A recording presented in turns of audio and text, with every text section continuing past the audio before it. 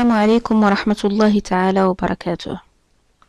Bienvenue dans cette nouvelle vidéo qui est toujours dans la troisième unité et utilisation de la matière organique et inorganique. On passe dans cette vidéo au quatrième chapitre, contrôle de la qualité et de la salubrité des milieux naturels. Alors les milieux naturels qu'on connaît, c'est l'eau, l'air et le sol. Ces trois milieux ont connu des changements profonds qui sont dus essentiellement aux diverses activités humaines. Alors la qualité de vie des organismes ainsi que celle de l'homme sont étroitement liées à l'état de santé de ces trois milieux. Les pollutions des milieux naturels ont une influence directe sur l'environnement et la santé. Alors une question qui se pose, comment évaluer la qualité des milieux naturels? Pour répondre à cette question, on va suivre le plan suivant. On va voir en premier le contrôle de la qualité et de l'état de santé des eaux, les critères physico-chimiques ainsi que les critères biologiques.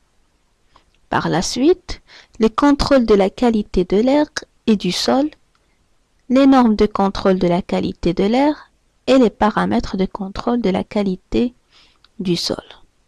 On va commencer par la première partie.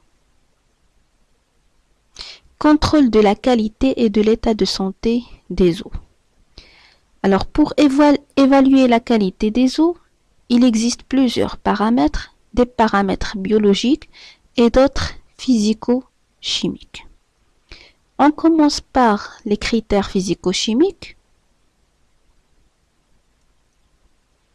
Alors comme vous voyez d'après ce document, les critères physico-chimiques sont divisés en paramètres physiques et paramètres chimiques.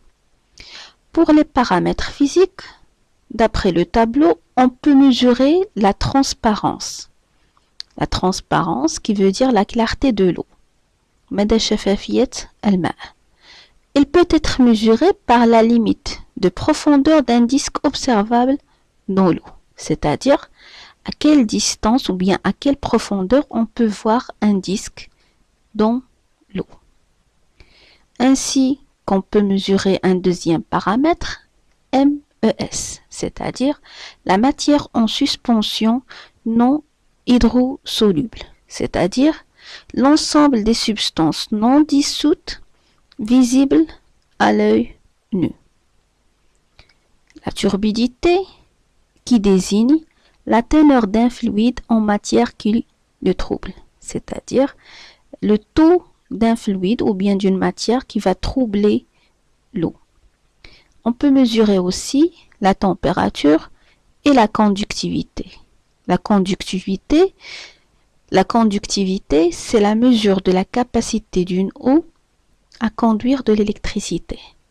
Alors, plus cette conductivité est grande, donc on peut dire que la charge par la matière minérale est élevée. Donc, l'eau est polluée. Comme vous voyez sur le tableau, il y a des limites pour chaque paramètre qui désigne la qualité de l'eau. D'une eau qui est de bonne qualité à une eau de mauvaise qualité. Pour les paramètres chimiques,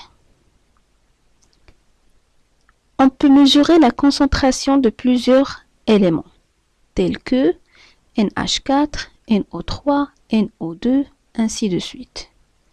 Mais il existe deux paramètres qui sont essentiels pour déterminer la qualité de l'eau. DBO5 et DCO. DBO5 représente la demande biologique en oxygène pour dégrader de la matière organique pendant 5 jours, mais dans les conditions d'obscurité et à 20 degrés Celsius. Autrement dit, c'est la concentration d'oxygène dont a besoin les micro-organismes de l'eau pour dégrader de la matière organique, et ceci pendant 5 jours à une température de 20 degrés Celsius et en obscurité.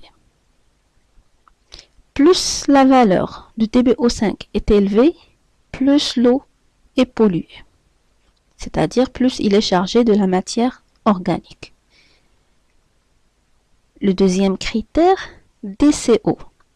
Ça représente la demande chimique en oxygène nécessaire à l'oxydation des matières chimiques et dans les mêmes conditions que la DbO5, c'est-à-dire pendant 5 jours et en obscurité à 20 degrés Celsius.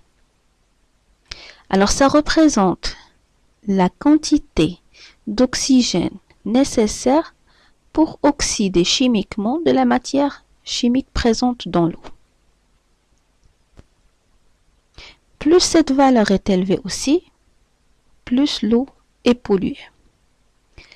Alors, à part les critères physico-chimiques, il existe d'autres critères qui sont les critères biologiques.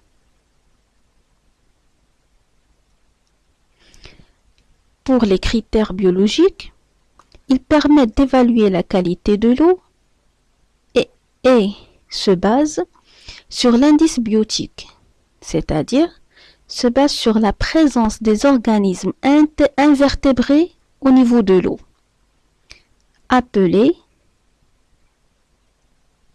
des individus ou bien des indicateurs appelés des indicateurs d'eau. Alors, il existe des indicateurs d'eau pure qui sont reconnus. Donc, ce sont des organismes très sensibles à la pollution organique et aux bactéries. Exemple des plécoptères et des éphéméroptères. Alors, ce sont deux types d'invertébrés qui vivent dans les eaux pures. Il existe d'autres indicateurs d'eau polluée, ce sont les organismes qui ne peuvent se développer que dans une eau qui est riche en matière organique, telles que les larves chironomes, comme vous voyez ici sur l'image, les vers tubifex, ainsi de suite. Alors, l'indice biotique peut être calculé et on peut donner une valeur qui varie de 0 à 10. Alors, cette valeur, elle peut déterminer la qualité de l'eau. Donc, comment déterminer cet indice biotique? On va prendre comme exemple un échantillon d'eau qui renferme 12 unités systématiques. 12 unités systématiques, c'est-à-dire on fait un recensement des types d'invertébrés qui existent dans l'eau. Alors, quand on parle de types, c'est-à-dire les types différents. Alors, un échantillon qui renferme 12 unités systématiques existe dans cette case, bien sûr, du tableau. Cet échantillon, comme ils ont mentionné, est caractérisé par la présence des larves d'odonates. Alors, on va chercher dans cette colonne les larves d'odonates.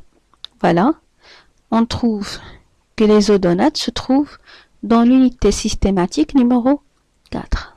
L'intersection des deux cases, alors, ça donne un indice biotique de 6. Un indice biotique de 6 représente une eau qui est non polluée. Un indice biotique inférieur à 6 représente une eau qui est polluée. Alors, pour mieux comprendre, on va donner un autre exemple. Alors, un échantillon d'eau contient 3 unités systématiques, c'est-à-dire 3 types différents d'invertébrés. Et les invertébrés présents sont tubifex et chironomes. Alors, tubifex et chironomes. On va chercher ces deux invertébrés Alors, ils sont présents ici dans l'unité systématique numéro 6. Comme vous voyez, puisqu'il existe 3 unités systématiques dans cet échantillon, donc l'indice biotique va être 2. Donc, on a révélé l'indice biotique est 2. Donc, on peut évaluer la qualité ou bien déterminer la qualité de l'eau qui est une eau polluée.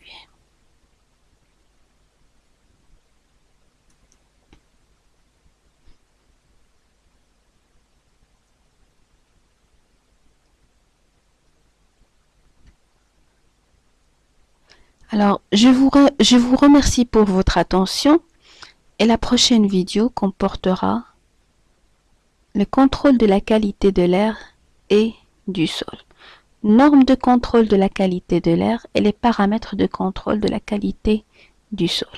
Merci.